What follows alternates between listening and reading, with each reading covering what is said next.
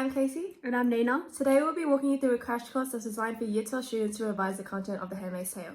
So this video can be used as a study guide for Year 12 literature examinations. The Handmaid's Tale has gained a lot of recognition for its thought-provoking meaning and has even been adapted into a television series. I was asleep before. That's how we let it happen. When they slaughtered Congress, we didn't wake up. When they blamed terrorists and suspended the Constitution, we didn't wake up then either. Now I'm awake. So what you can take away from our video today is the book summary, context of production, and key syllabus points. We will explain how to break down essay questions that will help you achieve and maximize marks in exams. So The Handmaid's Tale was published in 1985 by Margaret Atwood and is a dystopian text set in a theocratic totalitarian regime of the Republic of Gilead that had overthrown the government of the United States of America. The novel follows the life of Offred, who is a handmaid forced into reproductive servitude for the commander and his wife Serena Joy. As with all the other handmaids of Gilead, they were forced to be reproductive vessels as they were the only fertile women in the society because their society was afflicted by infertility due to environmental pollution. So Offred is the handmaid of the commander, whose first name actually comes from the commander's name Fred. As respected with all the other handmaids to the commander they belong to, Offred navigates her life as she is subject to extreme surveillance and control. The non-linear structure of the novel allows Offred to recall her past life, including her husband and daughter, as contrasting with her new reality. Offred finds herself meeting new people such as her fellow handmaid Offglen and finds herself drawn to the resistance against the oppressive regime. The story ends ambiguously with Offred being taken away by a group of mysterious individuals, leaving her fate unknown. So the second wave of feminism emerged throughout the 1960s and lasted throughout the 1980s. This was after the post-World War II, where there was a resurgence in traditional gender roles, confining women to domestic spheres even though they significantly contributed to the war effort. This is as a result of the growing backlash. It intensified concern among feminists that previous progress achieved by women would be undone. So during the 1980s, there was a rise of religious conservatism in the Western world, in which this rise of religious right-wing movement was due to the perceived social and moral decay, which was actually following the second wave of feminism. So the goal of this movement was to assert traditional Christian values onto the daily lives of Americans. Vote to defend the defenseless and the weak, the very young, the poor, and the very old. When you stand up for your values, when you assert your civil rights to vote and to participate fully in government, you're defending our true heritage of religious liberty. May God bless America, because America once again blesses God. Thank you, and God bless you. Okay, so now we're going to walk you through on how to break down the syllabus points, and this will help you know how to break down your question in order to answer your essays. So now we're going to walk you through how you can break down the syllabus points. So the first syllabus point is the ways in which representations allow a nation or culture to recognize itself. So the first thing you need to do is to break down the key points to know what you need to address. This will help you maximize your marks in the exam. For example, the key words representations means how Atwood portrays ideas, events, or characters. And in this specific syllabus point, she's asking how the past is portrayed.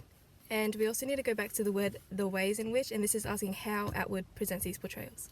So secondly, the reader needs to address the ways in which a nation allows it to recognize itself. This will help readers Atwood encourages readers to reflect upon its own society and face its flaws. So now we're going to help you apply the syllabus points onto the context of the novel. So the context of The Handmaid's Tale of past key significant events may refer to 1980s American society. For example, the second wave of feminism, the rise of the religious right-wing movement, or Ronald Reagan's run for presidency on an anti-feminist agenda. So Atwood portrays these events as quite detrimental to the female gender, as any previous progress made to achieve some more equal opportunities and rights have been reset by the religious conservative movement or backlash of the feminist movements. And she mainly portrays these through the non-linear narrative style of the text. So Offred's flashbacks offers readers insight into life prior to Gilead, where even then women did not have free rights, as Offred tells Luke that her job had been taken away from her, and Offred epitomizes women in society at the time where their financial freedom to be financially independent was taken away from them, and they had to rely on their fathers or their husbands, so the males in their lives, in order to have money. So in the novel, Atwood actively encourages readers to recognize itself through the dystopian genre, as she extrapolated the 1980s version of society into an unsettling and exaggerated version of future society if complacency continues to remain. So Atwood does this through creating parallels between past events and events in dystopian societies in Gilead. For example, in the Salem witch trials in the 1690s, whereby innocent women were executed for no reason. This can be seen in Gilead society as women or people who did not follow the regime's social structures were rejected from society and executed, such as gay people. So the second syllabus point we'll be addressing is exploring a range of critical interpretations produced by adopting a variety of reading strategies. Multiple readings are possible. So again, we need to highlight the key words in order to maximize your marks. So you can see that the main subject of this syllabus point is that just within one text, multiple reading strategies are possible. It purely depends on which reading lens you're applying to analyze the text. And in The Handmaid's Tale particularly, there are lots of reading strategies that you can apply. And to name a few, there's feminist, gendered, post-colonial, contextual, Marxist, and so on. It is also important to remember that gaining an understanding of the purpose of a critical interpretation, since those key words can allow you to really focus on what you need to write. So the purpose of applying a reading strategy or a critical interpretation is so that you can evaluate the elements of the text that you need to convey different meanings, themes, or purpose of the text. Once again, we're going to walk you through on how you can apply the syllabus point onto The Handmaid's Tale. And as I've said before, there are so many reading strategies that you can apply to the novel. However, I'm going to specifically walk you through on how you can do a gendered reading. So you can do this through exploring the patriarchal social structure of Gilead, where this structure catered to male needs. And the value for male dominance is mainly epitomized through the commander as one of the governing elites of Gilead. So as a commander, he's also supposed to be enforcing the rules onto other people. However, he's actually breaking the rules, which makes him a hypocritical character. For example, he had quite a lot of interactions with Offred and other handmaids outside of the ceremony, which is not allowed. He also made sexual advances toward Offred, in which she submitted to these sexual advances in order to free herself from any consequences. It is not only that she had to submit to these advances by the commander, but also the commander's behavior was excused as he did not suffer any punishments. He did not suffer any punishments from authorial positions, but he was also excused for practicing infidelity and cheating on Serena Joy with his intentions towards Offred. As well as this, it was not only the commander that was making sexual advances towards women of lower and weaker positions, but also the doctors of Gilead, therefore proving that any men placed in power, they were using this power and exerting them on women of lower power. So the doctor also made sexual advances toward Offred, to which she did not want to reject him because she knew that he had the power to place her into the position of being an unwoman by simply saying that she was sick or infertile, and this would put her in much harsher and stricter conditions than being a handmaid to an elite couple. So this is how you could break down and apply the syllabus points onto The Handmaid's Tale through the patriarchal society.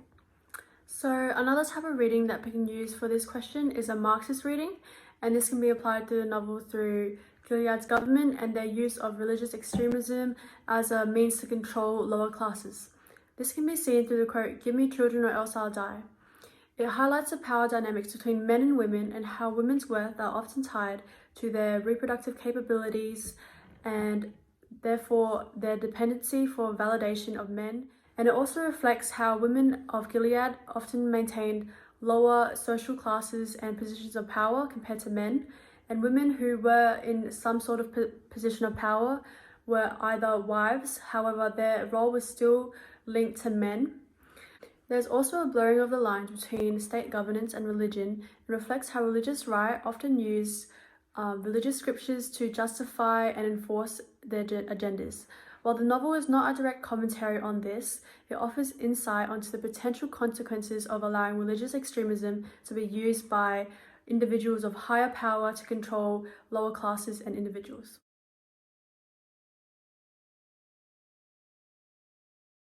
Hi guys, to wrap up, just remember it is very important to break down the key elements of a question to make sure you address all the components and to maximise the marks in exams. We hope that this is a successful study guide in your exam studies and that you had fun learning about The Handmaid's Tale with us. Bye!